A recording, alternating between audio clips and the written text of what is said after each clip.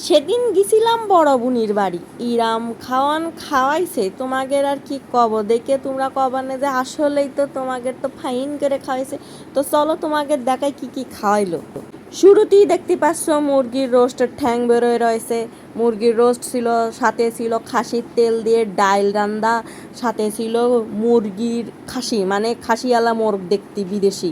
তারপর ছিল পোলাও, ডিম ভুনা, সাথে ছিল কই মাছ ভাজা, আরও ছিল গরুর মাংস, আরও ছিল মুরগির আরেক পদ, সাথে ছিল দই, ভুড়ি, চাইলের রুটি, আম, কাঁঠাল, পাউরুটি, আইসক্রিম।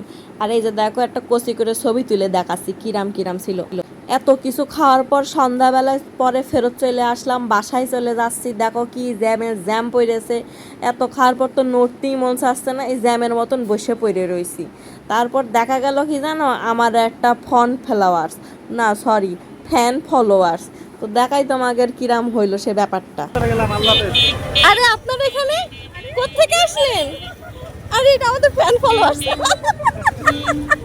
দেখলে কিরাম ঢপটা মারলাম আমি, কিরাম লাগলো বলে যে হে হে হে।